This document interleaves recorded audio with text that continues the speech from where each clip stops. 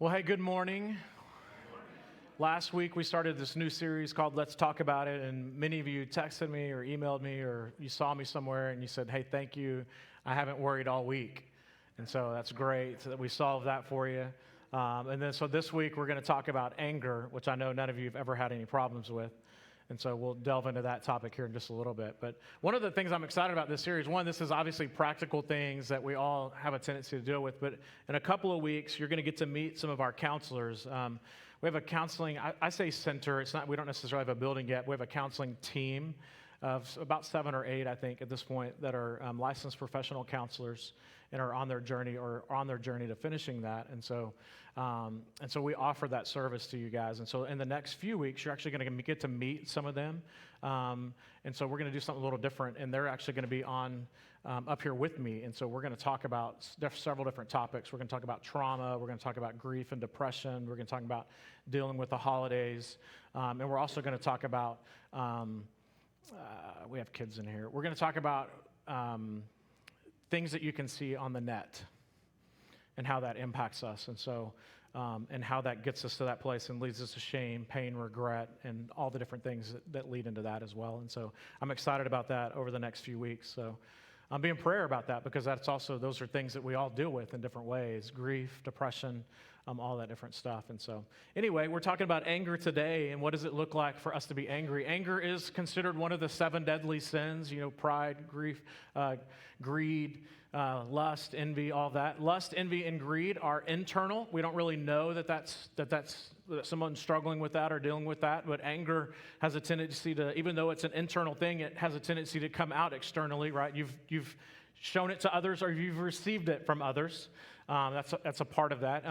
Anger hurts us and it hurts others, but it also has a tendency to hurt us more than we realize. Anger shows and it hurts others as well. And so it's the most obvious, I think, of those 7 deadly sins, because you have that moment of where you explode. And so that's why God talks about, when it talks about godly anger, the word in the New Testament is actually dynamis.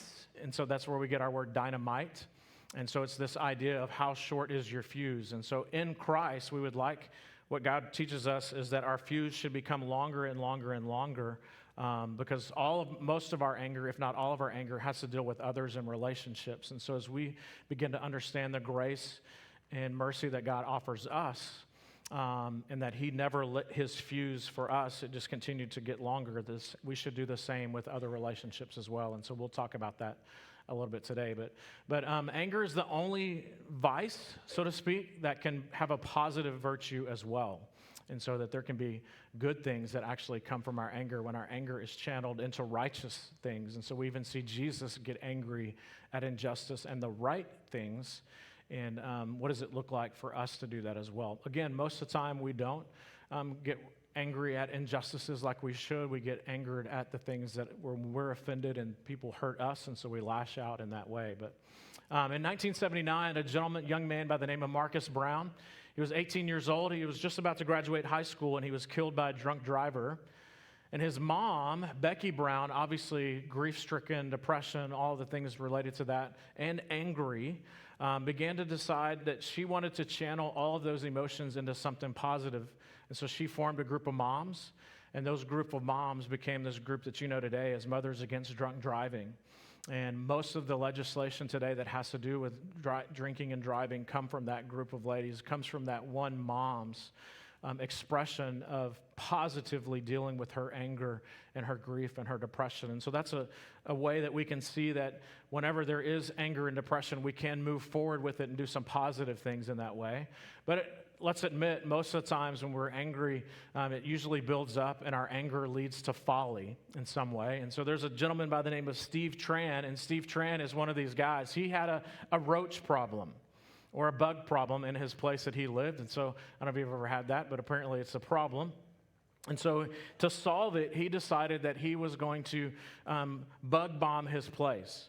And he read the instructions, and the instructions said for the size of place that he lived in, it would take 2 of these bug bombs to be able to do that. And so he decided if 2 would do the job, surely 25 would make it complete. And so he took 25 bug bombs turned them on, closed the door, walked across. He was literally leaving his house when those bug bombs, they lit the pilot light in his place, lit them, and his place blew up as he's walking away from it. And he woke up on the other side of the street with his front door on him.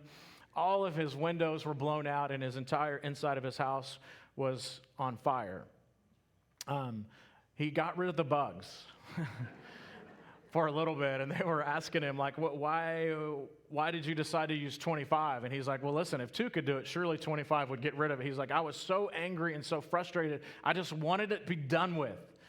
And he's like, I didn't think it would literally be done with my entire house. And he said, I guess my anger got the best of me. And they laughed about it. And then this had actually already been a couple of days. And they said, so did it solve the problem? And he said, actually, no, because the bugs are already back again. And so our anger in those moments can lead to more folly. And so think about this idea of that we struggle with anger, and that even again, sometimes our anger is internal, and that we would never say this, but I think sometimes we sense it, is that we're so frustrated with someone, we don't wish that they were part of our life anymore.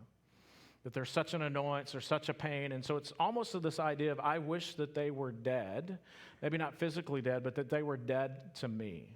I don't want anything to do with them. And so here's what Jesus is kind of digging into for us this moment, is that so many times we think about the things externally about anger, but that anger begins to take root inside. And if it begins to take root inside, we can even get to that place of we want people literally, physically, metaphorically dead in our lives and not to be a part of our life. And that's exactly opposite of what it should be like for us in Christ. For most of the time when we are angry, we deceive ourselves that our anger is righteous and we're defending ourselves, we're defending our right and wrong. But most of the time we're more concerned with ourselves and how we've been offended than whether it's right or wrong or not. And so this morning, the first thing that I want you to get, we're going to be reading out of Matthew chapter 5 is the main passage we'll be looking at. And this is the beginning of the Sermon on the Mount. It's Jesus' longest sermon.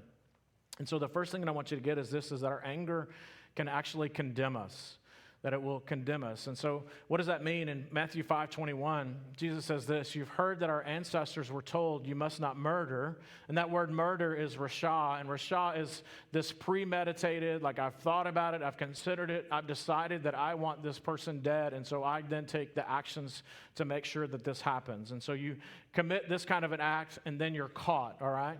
And so you must not murder, for if you commit murder, you're subjected to judgment. And the judgment in those days, if you were caught premeditated murder, the only sentence that was available to you was death. There was no other sentence. They weren't going to put you on death row or anything like that. They were going to immediately do the sentence and you would die in response to your act of premeditated murder. And so that's the backdrop. Jesus is using judgment language, he's using court language throughout this deal, and he says, but I say, so he's expanding upon this, and this is typical rabbi teaching, that here's the law, and then I want to expand a little bit more so you can fully grasp it and understand it. And so Jesus, using rabbi language and using a court metaphor, says, even if you're angry with someone, you're subject to that same judgment.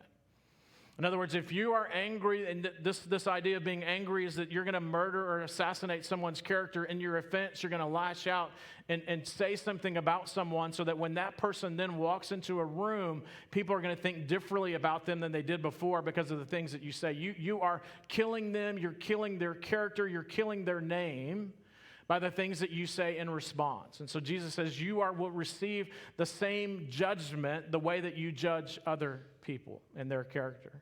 So if you call someone an idiot, and maybe you've done that, you've had that, the original word is raka, R-A-C-A, and it's literally empty-headed or block-headed. You've thought to call that, but you say idiot. And so Jesus is moving us through the judicial system because he wants us to see that our heart and our character was what matters even more than our actions, that our actions come out of our heart and our character.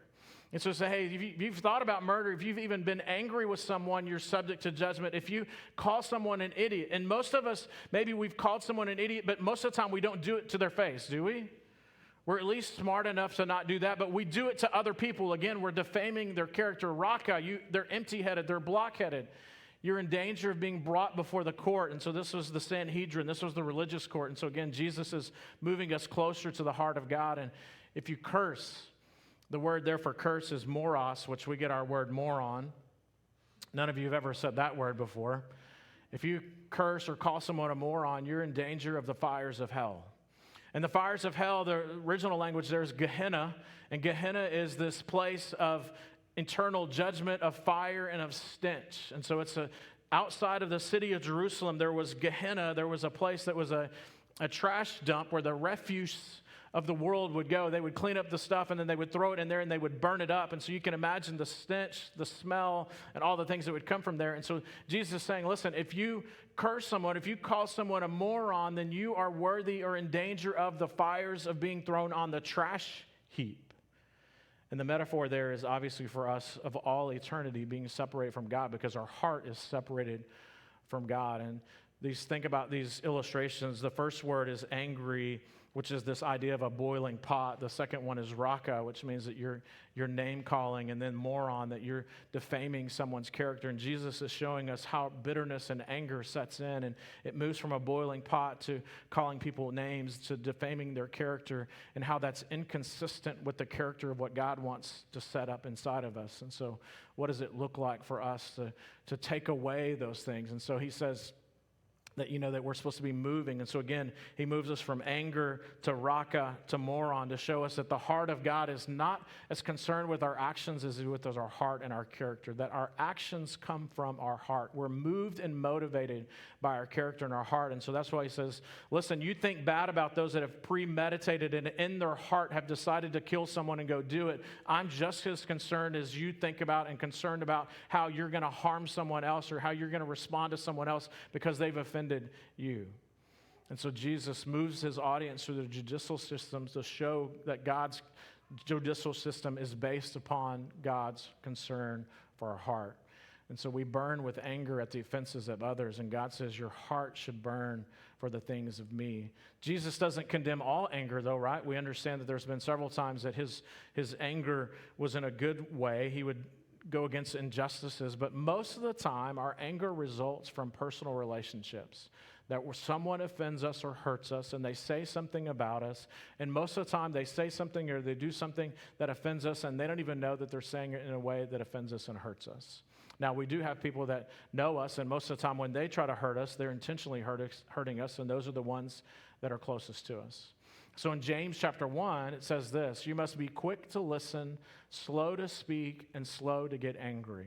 That's how we're supposed to deal with these emotions, is that we need to listen. That means to stop and to truly listen, to get to know someone, to hear their story, to walk in their shoes, slow to speak, that we don't have all the answers, that sometimes the best solution to a situation is to not speak, but to just sit and to marinate it and maybe to come back, and then slow to get angry, that they may say something or do something that hurts us, but if we kind of just sit back and get to know them a little bit, then maybe we won't respond with anger. And I learned this lesson when I got married. It's easy to get angry when you're married, especially early on, because you got two different ways of thinking about things. You got two different family experiences. You were in love, you're in heat, all the different things.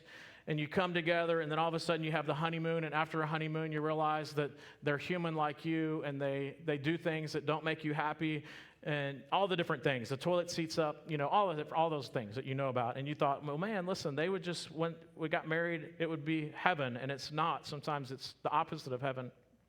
And so, because we're humans, anytime you have a relationship with anyone outside of yourself, it's going to get messy, all right? And so one of the best pieces of advice that we got from a friend of ours, a little bit older, but was also a counselor, said, hey, do y'all ever fight? And I was like, no, she's always wrong. There's no reason to fight. And so that was our second fight. And they said, hey, listen, in those moments when you begin to feel yourself getting ready to respond, to lash out or whatever, someone call timeout. And I know it's hard in that moment because you can just feel it rising and you're just like, boom. And there's also this tendency where some people in a relationship, they want to solve it. Like they don't want to walk away from it. And then there's others that I want to walk away from it and never deal with it. If I don't deal with it, then it's not a problem. You know what I mean? And we have a tendency to marry each other for some reason. So God does it. And so I'm not going to tell you which one, but one of us wants to always solve it. And then I like to just go away from it. And So there were those moments, and so there was those moments where like I want to solve this, I want to solve this, I want to solve this, and I'm like, I need time, and like how much time? And so our counselor said, hey, listen, y'all need to do this deal. Take a time out and set a time because you need to resolve it. At least you need to come to a place where you've talked about it, and both of you have talked about it, and so that you can be not in the emotions of the moment, and that you can be quick to listen, slow to speak, and slow to get angry because there's not the emotions of the moment. And that's what for us is the same is true, not just in a marriage relationship with others. There's times where we just need to call a time out and say, listen, I'm beginning to hear you, but it's frustrating me. I'm getting angry. I'm not in a place right now to deal with this. Can we set a time to come back and to deal with this? And so, because human anger most of the time in that moment does not produce the righteousness that God desires. And so many of us, we've ruined friendships and relationships because in the moment we've said things that are biting and hurting and destructive instead of calling a time out and saying, listen, I need to take a break. I love you enough to take a break. Let's set a time to come out. And if you think about it, if anybody had the ability and the right to be a victim, it was Jesus. His entire life, he was picked on, he was mocked, all the different things that we know about the life and times of Jesus. And even when he's on the cross, he could have responded in spite to others. I mean, he could have called down and said, listen, wipe them out now, Father. But one of his last words on the cross was this, Father, forgive them, for they know not what they do. And I think that's so true for us as well, is that people hurt us and offend us, and most of the time they know not what they do or say. That they say something in a way, or they do something in a way that it triggers something from the past and it angers us. And in that moment, we want to lash out and to solve it and to let them know that they've hurt us. Instead of calling a time out and saying, listen, you've hurt me. Can we set a time to talk about this? So our anger can be corrected. If you're presenting a sacrifice at the altar in the temple, you suddenly remember that someone has something against you. In other words, if you come to church and you're in worship and all of a sudden God calls to your mind of like, listen, I have a broken relationship that I need to bring resolution to, leave your sacrifice at the altar. In other words, quit singing the songs, quit waiting for Pastor Kenny or Mike or Chris to come up and teach or whoever to teach. Go seek reconciliation for that relationship, because you can't do well here with God and singing and relating here if you're not doing here. You've got to resolve these. These things matter. These relationships matter. And so go be reconciled to that person. And reconciliation is the responsibility of the person that has wronged you. So if you've wronged someone, then you need to go seek it out and to seek resolution in that. Because here's the other part of this is that in our deal is that as followers of Christ, we're to love the Lord our God with all of our heart, with all of our soul, and all of our mind. And how do we do that? We do that by showing how we love our neighbor. And what's interesting is in the time of Jesus, and even today we see this and we know this, is that sometimes your neighbor is your enemy. And so Jesus is doing something. He's like, listen, you need to be to this place where you seek and create friendships out of people that you're actually adversaries to, that you're actually could be enemies to. And so this is upside down thinking and living, that the very people that anger you and frustrate you, you need to seek reconciliation and restoration so that people that your enemies could be your friends. Because you think about that's what Jesus did with us. In his long suffering and the long length of the dynamite with us, he could have quickly exploded and done away with us, but he continues to have long suffering and patience with us and has created so that he can create a friend out of an adversary. Because you and I, our purpose in life and meaning has nothing to do with Jesus on our own except through Jesus. And Jesus says, Father, forgive them, for they know not what they do. And because of that, you and I can move from being an adversary to a friend of Jesus and the Father. So leave your sacrifice. We love to substitute ceremony and religious things for the character and integrity and the purity and love that God wants for us. God is more concerned with our character and our heart than he is with our hands being raised. He's more concerned with your character and your heartbeat than you loved your neighbor than your church attendance. Not your tithes, but your church attendance. Kidding. Had to work that in.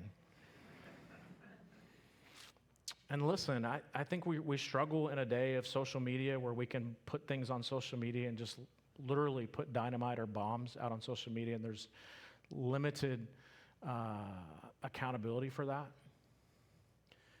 And can I pull back the curtain just a moment? As a pastor, I get emails, I get long letters, I get things from people that are anonymous, and because they don't like this, or they wish I had the Bible on stage when I taught, not reading it off the screen, or they wish I had a better haircut, or they wish we would do these songs, or they wish the carpet was different, or they wish we had a new building, or whatever it is.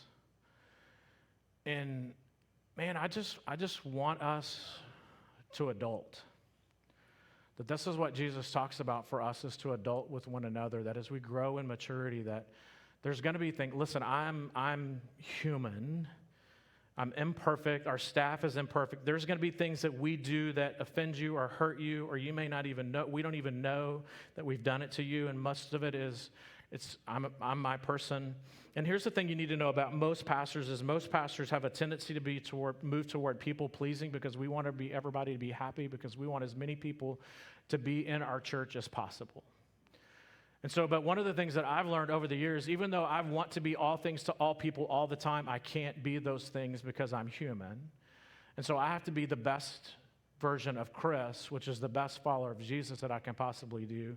And even though there's things that frustrate me about myself, God's in work and process on me. And so there are those moments where not just me, but others, that the best thing for us to do is to adult each other instead of dropping bombs on each other, saying, hey, let's call a timeout. Let's meet and have coffee and let's talk about some of these different things, because that's how we, as followers of Christ, show the world that relationships in Jesus actually make a difference. That we can work through things, and that there's times that whenever we have difficulties, that we can actually come to an agreement on, like, hey, here's the most important things, that Jesus is Jesus, and that's the only way to salvation and all this different stuff. But whether you like this song or whether you like what I wear or don't wear doesn't really matter in the whole scheme of things. And so what really matters is that we're in pursuit of Jesus. And so what does it look like for us as a community of believers to adult with one another and to be able to say, listen, it's easy for me to find fault, it's easy for me to find offense, but let me find something that's of commonality with one another. Again, because most of the time we don't know, and then most of the time on the other side, we don't know someone's story. And so we don't know why they do the things that they do, and most of the time when we do the things that we do, or say the things that we do, or don't do the things that we do, that's because there's a reason for that, and it's mostly out of experience. And so some of you, you'll know, like, I'm an extreme introvert normally. That's how God wired me. I know it sounds weird that I'm up here doing this, but as an extreme introvert, the worst thing that you can possibly do is if I go to a church and they turn around and say, please greet the person next to you, I'm like, I'm out of this church. Because I don't want to greet you. I don't even want to know you. That's my honest reaction in that moment of, like, I don't want to shake your hand. I don't know where your hand has been. COVID, right? I mean, so all this stuff. And so those things, and so we all have these preferences of things, and it's like, Chris, that does not matter. Is it the gospel being preached? And so for the same for us, it's easy for us to get offended in those ways. And so our anger not only condemns us, but also it can confine us. And so what does it look like for our anger to confine us? When you're on the way to court with your adversary, settle your differences quickly. Otherwise, your accuser may hand you over to the judge, and he will hand you over to an officer, and then you will be thrown into prison. So again, here Jesus is stressing personal reconciliation. While there's time, resolve it. Find reconciliation in it. And to realize that each other, we are created in the image of Christ, and that man and woman, we are created in the image of Christ. And so if nothing else, then we can find common ground there and begin a friendship from that place. And then if that happens, if you get thrown into prison, you surely won't be free again until you've paid the last penalty. And so again, this is that legal metaphor. And so in those days, if you had debts and they called in your debts and you couldn't pay them back, then you were thrown into what's called debtor's prison. And so think about this. If you owe debts and then you're thrown into prison, you can't work to pay back your debt. So how long are you in prison? Forever. The only way that you can get out of debtor's prison if you've been thrown in is if someone then pays your debts on your behalf. To the 1,000th of a penny is what Jesus says here. That word to the last penny is 1/64th of a denarii, and a denarii is what someone earned in a day. And so Jesus says you cannot get out of debtor's prison until you resolve the final part of your accounting and what is due to the one that's called in your debts. God the Father has called in our debts, and Jesus stands in on our behalf, that you and I cannot get out of debtor's prison until the 1/100,000th of a penny is last paid. And Jesus says, I pay your debts to a full. The very thing that we could not pay back, he pays for us. And so our anger can confine us, but we understand through Christ that we can have freedom because our debts have been paid. And so for us, if our debts have been paid, then why would we throw others into debtor's prison? Because of our victimness, our spirit of victimness, and how we're angry with people. But also know that our anger can be gotten rid of. In Ephesians chapter 4, verse 31 and 32, Paul tells us, get rid of, and that get rid of means remove, lop it off, chop it off. When we think about someone having cancer, we want the doctors to say, we got all of it. Like there's no remains of it. We've done the test, come back, and all of the cancer is gone. This is what Paul is talking about.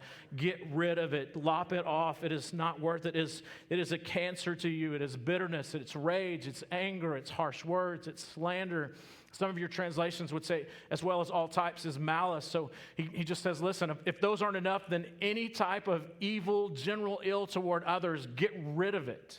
Remove it from your life. And think about this. Paul's in prison while he's writing this. And so if anyone has the right and opportunity to be spiteful, to have bitterness and rage and anger, it's Paul, because he's thrown in prison for no reason, just for being Paul and being a follower of Jesus. And he says, get rid of all those things. Instead, be kind to each other, tenderhearted, forgiving one another. That's the prescription. Just as God through Christ has forgiven you. Your debt has been paid to 1/1000th of a penny. You owe nothing because of that. Get rid of the other things and instead be kind and tenderhearted and forgiving, just as you've received. And what you want to need to see is this, is that the law of God is about nurturing the heart of God. To love God and to love your neighbor, that we respond at loving our neighbor because we have had our debts paid to the final nth degree. And listen, I don't understand this money thing, but now I have a kid that's studying this stuff, and he comes and talks accounting to me and spreadsheets and stuff, and I like glaze over, and I don't get it. But then whenever he talks about some of this different stuff, I'm like, man, that is the stuff that Jesus is talking about, is our account sheet, our balance sheet is not working. And he's got all these different numbers and stuff. And he's like, Dad, if this stuff doesn't line up, then it doesn't work. And I'm like, that's what Jesus is talking about, is that you and I try to do things and we try to move things around. And as some of you said, you try to steal from Peter to pay Paul, and you're doing all this different stuff. But if all the accounts don't line up, then you are in debtor's prison. Paul says, instead of getting bitterness and rage and anger, instead find compassion and tenderheartedness, forgiveness. So here we are at the closeout in Matthew chapter 18. This is a part of the passage of Jesus is talking about relationships and restoring them. And so Peter, at the end of this passage in Matthew chapter 18, he says, so Jesus, in light of all this that you've talked about as relationships, Peter says, hey, Lord, how often should I forgive someone who sins against me? 7 times? And what you need to understand is that the law at that time, the judicial law, the Jewish law, was that if someone sins against you, you forgive them 3 times. And the 4th time, if they sin against you, then just write them off. And so here Peter thinks he's doing good. Peter's like, man, I'm going to double it plus 1. I'm going to do it 7 times. Is that enough? And he's like, look how forgiving I am. And Jesus says, nah, not 7 times, but 70 times 7. I want you to forgive so much that you've forgotten when you started forgiving. I want your heart to be so forgiving that you can't remember how many times you've forgiven them. That's how long my fuse is with you, Peter. May you give the same fuse to others. And then he closes with this. He says, therefore, the kingdom of heaven can be compared to a king who decided to bring his accounts up to date with servants who had borrowed money from him. In the process, one of his debtors was brought in who owed him millions of dollars. I can't even imagine owing somebody $100, much less $1 million. He couldn't pay, so his master ordered that he be sold. All right, so that's extreme, isn't it? But that's part of that day. If you debtor's prisoner, they would sell you. You're going to get your money back. And so along with his wife, his children, everything he owned so that he could possibly pay back the debts. But the man fell down before his master and he begged, please be patient with me and I will pay it all. Then his master was filled with pity and compassion for him. And he was released. And look at this last part. And forgave his debt. So here's a man who was about to be sold, his entire family, everything that he had, everything that was about his name was about to be sold and gone. He compels his master, and his master has compassion on him, and not only says, hey, I'll work out a payment plan, but I forgive it all. Y'all need to maybe tell your credit card companies this. But when the man left the king, he went to a fellow servant who owed him a few $1,000s. He grabbed him by the throat and demanded instant payment. His fellow servant fell down before him and begged for a little more time. Be patient with me and I will pay it, he pleaded. But the creditor wouldn't wait. He had the man arrested and put in prison until the debt could be paid in full. In other words, for the rest of his life. And again, now this guy's not going to get his money. When some of the other servants saw this, they were very upset. They went to the king and told him everything that had happened. Then the king called in the man who had forgiven and said, you evil servant, I forgave you that tremendous debt. In other words, I forgave you all that you owed me because you pleaded with me. Shouldn't you have mercy on your fellow servant just as I had mercy on you? Then the angry king sent the man to prison to be tortured until he paid his entire debt. That's you and I. We have a debt we could not pay. God the Father's patience with us, his long suffering with us. The dynamite could explode at any moment, but he continues to lengthen the fuse. He very well could respond to us in anger upon the cross, but he says, Father, forgive them, for they know not what they do. The very way that we're to love God is by the way that we love our neighbor, who our neighbor very well could be our enemy. We see it around the world. Even today, there's people that live next to you that you do not like. And our command is to love them and to make who could be our adversary our friend. Not your best friend, but your friend. Reminded of a story of a friend of mine. There was a pastor. He's older, much older than me, and he told me the story that he was speaking at an event, and as he was speaking at the event, this lady walked up to him, and she said, hey, my name is so-and-so, and she had an obvious accent to him, and he said, well, hey, love your English name. Where are you from? And she said, I'm from Nigeria, and he said, I love your English name. Tell me your name from Nigeria, your given name. Most people, whenever they come to the States, if they're from somewhere else, they give themselves an English name or an American name for different reasons. And so she said her name, and he's like, I couldn't repeat it. And he said, but what does it mean? And she said, my name means the child who takes the anger away. And he's like, well, that's an interesting name. Why is that your name? And she said, well, before I was even born, my parents saw each other and they liked each other. And they wanted to get married, but they were forbidden to marry by both my grandparents. But they married anyway. And then one day I came along. And then my grandparents held me for the first time. And the anger and all of the emotions that kept my grandparents fighting and infighting over this, in the moment that they held me, my parents saw the grandparents' anger subside. And so my parents named me the child who takes away the anger. Isn't that Jesus? The child wrapped in swaddling clothes who came to take away the anger of the world. That you and I, that we would come to know what forgiveness is like. So that through Christ, through the one who says, Father, forgive them, for they know not what they do. And because they know not what they do, I will pay their debts to the 1/100,000th. They deserve debtor's prison. They deserve much worse than this, but I will not seek revenge. I will love them instead. The babe wrapped in swaddling clothes is the one who takes the anger away. May you and I develop that heart. The heart that sees those that are adversaries to us, that offend us and hurt us, and instead of hurting back, saying, look, I'm going to take a time out. I want to get to know you. I want to get to know your story. I want to know why we're in this place, because I want to love you like Jesus has loved me. To be a child who takes away the anger. Let's pray together. Dear Heavenly Father, I pray for each one of us in this room that we are quick to respond when hurt. Father, I pray that you would give us a spirit of quickness to listen instead of response. That you would give us a spirit to just sit and to listen and to hear and to marinate in the stories of others instead of marinating in bitterness and rage and slander and hurt.